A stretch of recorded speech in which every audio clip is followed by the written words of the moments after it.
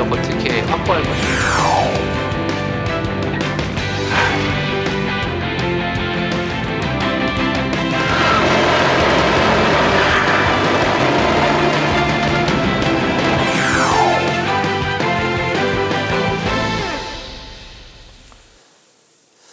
인공지능과 반도체를 비롯해 과학기술은 빠르게 발전하고 있지만 국내 이공계 인력은 턱없이 부족한 실정입니다. 학령 인구 감소와 또 의대 쏠림 등 다양한 원인이 바로 그 이유인데요. 오늘 파워 인터뷰에서는 탈북공학도 출신인 박충권 국민의힘 의원을 모시고 과학기술 인재 양성을 위한 방안에 대해서 살펴보는 시간을 갖겠습니다. 의원님 반갑습니다. 어서 오십시오. 안녕하십니까. 먼저 프로필, 가장 눈에 띄는 게 이제 탈북공학도다 이런 이제 네이밍이 늘 이제 뭐 따라다닐 것 같습니다. 네, 맞습니다. 특별한 타이틀을 갖고 계신데요. 이제 우리 나라로 이제 오시기 전에 과거에 이제 북한 국방종합대에서 화학재료공학을 공부하셨습니다. 북한 국방종합대라고 하면 우리나라로 따지면 어디랑 좀 유사할까요? 그 전 세계에 그런 대학교가 없어서 비교하기가 좀 그런데, 어떤 면에서 뭐 비교가 안 돼요? 이제 무기만 예를 들어서 ICBM만 개발하겠다고 대학교를 만든 나라는 아마 없지 않을까 싶습니다. 무기만 집중적으로 네. 관련한 공부를 네. 하고 연구하는 그런 네. 대학교군요. 네. 굳이 이제 네. 뭐 학교 스타일을 좀 비교를 한다 그러면 우리나라 상황에 맞게 네. 그러면 카이스트하고 육사를 합쳐놓은 그런 느낌입니다. 네. 카이스트. 네. 과학기술 인재를 육성하지만 육성하는데 군사적 기술에 특화돼 있고 그런- 학생들도 다 군인이고 군인이군요. 그럼 제복 입고 학교 그 당시에 군인 신분이셨나요? 네, 그렇죠. 대학교 졸업하면 군복무 인정되거든요. 5년. 네. 그러셨군요. 대륙간 북한 군인들도 머리를 좀 짧게 하나요? 그렇습니다. 1cm 미만인가, 0.5mm 미만인가 아무튼 그렇습니다. 그렇군요. 네. 이제 저희는 네. 약간 그 장교로 인식이 돼서 네. 윗머리는 3cm, 좀 뭐 기네요. 옆에는 짧고 이렇게. 그랬군요. 네. 그렇군요. 북한 국방종합대에서 대륙간 탄도미사일 같은 이제 핵 미사일 관련 연구에 네. 참여하면서 네. 엘리트 코스로 이제 성장을 하셨습니다. 북한에서는 천재 소리를 들으셨을 것 같아요. 그 정도는 아닌데 고등학교 때 한 전교 3등 정도 하고 전교 3등이 천재가 아닙니까? 그런 줄 알았는데 대학교를 갔더니 네. 또 대학교에서도 1학년에 경시대회를 보더라고요. 네. 그래서 첫 시험을 봤는데 제가 500명 중에 딱 반토막 절반 250등 했습니다. 네. 그렇군요. 어쨌든 그런 이제 북한에서 엘리트 코스를 이제 밟으셨다가 네. 탈북을 결심을 하셨습니다. 네. 뭐 많은 질문을 받으셨을 것 같습니다. 왜 그렇게 결심을 하셨을까요? 대학교 3학년 때 어떻게 보면 북한 체제에 의심을 갖게 된 게 이제 발단이었던 것 같아요. 그래서 원래는 이제 의심이요? 예, 의심을 갖게 됐는데 왜 의심을 받았습니까? 그러니까 제가 의심을 받은 게 아니라 네. 북한 제가 체제에 대한 북한 체제에 대한 의심을 갖게 된 거죠. 네. 그때 대학교 3학년에 그 김정일이 썼다고 하는 논문 2편을 읽었는데 네. 이게 그 사회주의를 옹호하는 내용이었어요. 근데 그 논문을 읽으면서 제가 처음으로 이 전 세계에 여러 가지 다양한 사회 시스템들이 있다라는 사실을 알았고, 제가 보기에는 사회주의 제도가 좀 뭔가 불합리하다라고 네. 느껴졌어요. 그래서 김정일이가 사회주의가 옳다라고 옹호하는 어떤 반박글, 그러니까 옹호하는 글을 썼는데 그것보다는 외부 세계에서 사회주의는 잘못됐다라고 지적하는 내용이 제게는 더 합리적으로 보이더라고요. 김정일 논문 2편이 네. 결정적인 계기가 됐군요. 결정적인 계기가 됐고, 네. 그러니까 그게 이제 시작이었고, 그 뒤로도 뭐 여러 가지 사건이 있었습니다. 여러 가지 사건들이 있어가지고 북한 체제가 정말 그 본질을 제가 확실하게 깨닫게 됐고, 그 뒤로 세계관이 완전히 뒤집혔거든요. 그래서 어떻게 보면 북한에서 제가 좀 뭐랄까 나름 미래가 좀 밝다라고 이제 생각이 됐었는데, 네. 그게 전부 다 암담한 미래로 바뀌고 꿈과 희망도 다 사라지더라고요. 그랬군요. 네, 그래서 어떻게 보면 제가 한국에 온 게 잃어버린 꿈과 희망을 찾아서 왔다. 그래서 뭐 이제 사회생활 같이 시작하는 청년에게 있어서 그렇게 꿈과 희망이 목숨과도 바꿀 만큼 중요한 게 아니었는가 이런 생각이 네. 듭니다. 네, 이제 한국에 오셔서는 네. 서울대학교 대학원을 졸업을 네. 하고 현대제철의 책임연구원으로 재직을 하셨습니다. 그러다가 이제 국민의힘 총선 인재로 영입이 되셨는데 네. 그 비례정당인 국민의 미래 2번으로 네. 2번 후보로 공천을 받아서 일찍이 좀 당선이 확정이 되셨었습니다. 그럼 그 정계에 과연 그 입문하게 되신 그 계기가 궁금한데요. 계기라고 하면 뭐 직접적인 계기는 제가 우리 당에서 이제 인재 영입 제안을 받은 것이 계기가 됐고요. 네. 제가 평소에 뭐 어떤 정치를 하겠다라는 생각을 갖고 살지는 않았습니다. 아마 제 커리어를 보셔도 아실 텐데 정치를 준비한 커리어가 아니거든요. 언제쯤 제안 받으셨나요? 그게 이제 작년 11월 중순쯤에 이제 그 이력서를 네네. 이제 보내달라고 해서 처음에는 뭐 사실 보이스피싱인 줄 알았다가 다시 전화가 오셔서 이제 확인을 해봤더니 국민의힘이 네. 맞더라고요. 그래서 이게 이력서가 없는데 네.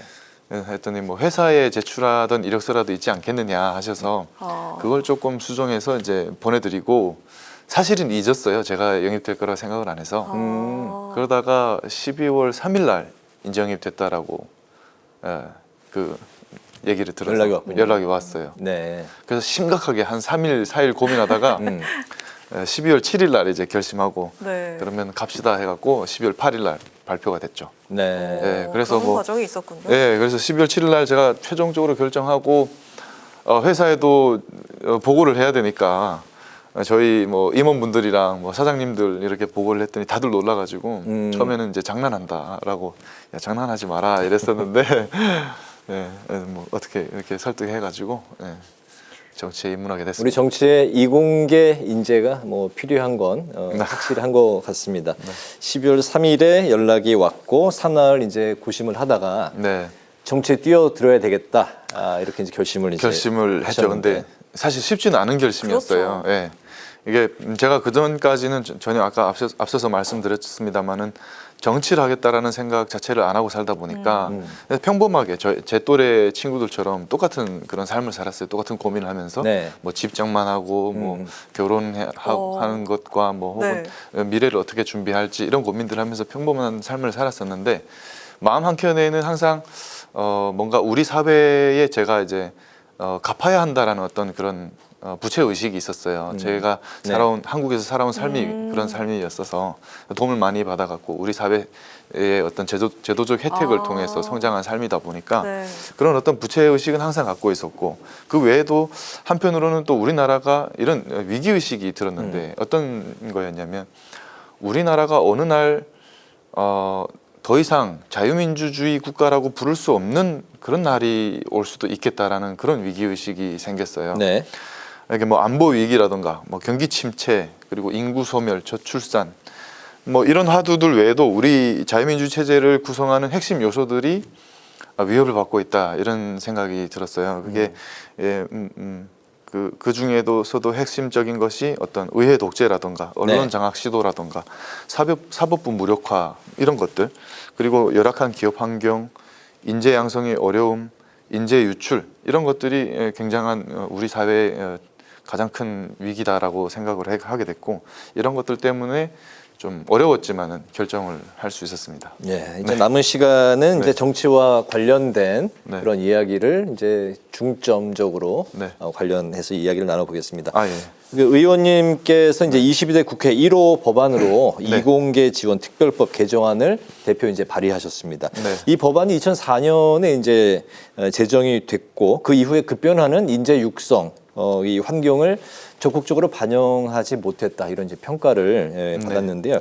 이번 개정안에 구체적으로 좀 어떤 내용이 담겨 있을까요?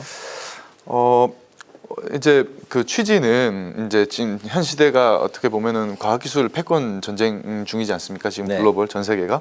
근데 그러나 이제 우리나라 같은 경우에는 이제 학령 인구 감소와 여기에 더해서 많은 인재들이 의대로 쏠려가는 인재 블랙홀 현상을 경험하고 있는 중입니다. 네.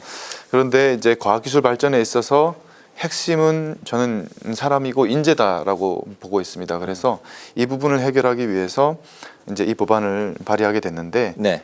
법안의 요지는 그렇습니다. 이제 초중등 수학 과학 교육을 강화하는 것과 그리고 연구생활 장학금을 지원 확대하는 것, 그리고 병역 지원 제도, 네. 그리고 이공계 인식 개선, 그리고 고경력 과학기술자들의 어떤 활동 지원, 그리고 저 육아기 노동 시간 단축 신설 이런 내용들을 포함하고 있습니다. 그래서 이공계 전 주기를 지원해서 좀 뭐랄까 그 우리나라의 어떤 R&D 환경에 좀 활력을 불어넣고자 하는 그런 마음에서 이제 발의를 하게 됐고, 네, 그렇습니다. 네. 네.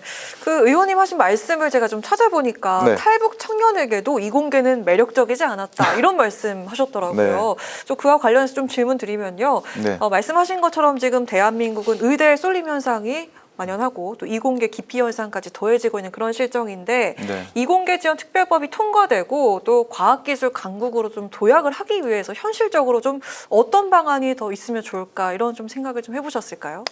네, 좀 쉽지 않은 질문을 주시긴 했는데 네. 제가 이제 이 법안을 발의하면서 관계부처와 전문가들의 과 많은 논의를 했습니다. 그래서 그 아까 말씀하신 이제 15년 전 탈북민 청년에게도 매력적이지 않은 분야였다라고 했던 네. 얘기가 어제 제가 그 과실련의 전문가분들을 모시고 이제 현장 목소리를 듣고 조언을 듣는 그런 자리를 가졌거든요. 네. 그리고 그 전에 지난주 금요일에는 국회에서 관련 이 개정 법안에 대한 토론회도 진행을 했었습니다. 그래서 현장 목소리를 좀 충분히 담아낸 법안이다라는 말씀을 드리는 거고, 그래서 이제 남은 것은 말씀하신 대로 정치의 몫이라고 생각합니다. 그래서 정치가 정말 우리 국민께 이공계 지원 정책이 단발적인 것이 아니라 일관성 있게 꾸준히 추진이 될 것이라는 것을 이제 보여드리는 그런 어떤 믿음을 줘야 된다라고 생각을 하고 있고요. 네. 그리고 지금 어떻게 보면 22대 국회 오늘 제가 상임위를 처음 들어갔는데 이제 과방이시죠? 예, 과방입니다. 그래서 과학기술을 발전시키기 위한 여러 법안들을 어떤 통과시킬 꿈을 갖고 들어갔는데 네. 사실상 들어가 봤더니 어떤 뭐 방송사법 이런 것들이 이제 주요 이슈가 되겠고 그러면서 어떻게 보면 그 정쟁으로 인해서 정말 우리 사회에 필요한 우리 과학기술 발전을 위해서 필요한 과학이나 ICT 관련 법안들은 논의조차 되지 못하고 있다라는 사실에 좀 많이 안타까웠습니다. 네. 그래서 참 이게 정치가 국민을 걱정해야 되는 상황인데 국민이 오히려 정치를 걱정하는 그런 상황까지 와 있다라는 생각이 들어서 참 우리 이공계생들이 좀 어떻게 보면은 자부심을 갖고 R&D 어떤 연구에 네. 전념할 수 있는 R&D 환경을 만들어 가는데 민주당을 비롯한 여러 야당과 우리 야당들에서도 좀 많은 협조를 해주시기를 기대해 봅니다. 바랍니다. 네. 네. 네. 그 인재 영입으로 해서 22대 국회에 이제 그 들어오시자마자 바로 여야 초극 강대강 대치이기 때문에 현재는 그렇지만 분명히 의원님께서 과방위에서 하실 네. 그 역할이 분명히 네. 있으실 겁니다. 뒤에 질문으로 저희가 준비를 했었던 내용인데 답변을 해주셨습니다. 그런 건가요? 네. 네. 북한이 최근에 이제 오물풍선을 여러 차례 살포를 했고, 네. 그리고 이제 거기에 이제 서해 북방 한계선 일대에서 남쪽을 향해서 GPS 전파 교란을 하기도 했고, 이렇게 이제 최근에 북한이 군사 도발을 잇따라 감행하는 그런 의도는 그 어디에 있다고 보실까요? 이 부분은 이제 북한은 이제 그 북한 정권은 이제 우리가 북한 정권과 북한 주민을 분리해서 봐야 되니까요. 그래서 북한 정권은 과거부터 지금까지 군사 도발이라든지 다양한 도발을 멈춘 적이 없습니다. 네. 네. 근데 이제 지금까지 북한 정권이 어떤 도발을 통해서 체제 결속을 이뤄내고 국제사회에 관심을 끌어오는 작업을 계속해서 진행해 왔는데 지금까지 다 보여준 카드들을 다 너무 많이 보여주다 보니까 이제 더 이상 보여줄 카드가 없는 것 같아요. 그들이 가지고 있는 카드들, 쓸 수 있는 카드들 중에 남은 게 별로 없지 않은가. 그래서 웬만한 미사일 도발로는 관심을 끌지 못하니까 이렇게 어떻게 보면은 정말 치졸한 오물풍선 도발을 네. 단행하게 됐는데 그 의도는 저는 그렇게 생각합니다. 우리 국민에게 불안과 어떤 피로감을 조성하고 이런 것들 증폭시켜서 우리 사회의 남남 갈등을 조장하고 국제적 관심을 유도하려는 의도다라고 보고 있고요. 그래서 그리고 또 이런 관심을 끌어놓고 또 한쪽으로는 어떤 해킹과 같은 다른 여러 루트들을 통해서 우리 사회에 대해서 어떤 대남 전략을 수행하거나 어떤 불법 자금을 만들고 있을 가능성도 충분히 있다라는 말씀을 드리겠습니다. 그래서 우리가 전 방위적인 차원에서 북한의 도발에 철저하게 대비할 필요가 있다. 그런 말씀드리겠습니다. 알겠습니다. 네.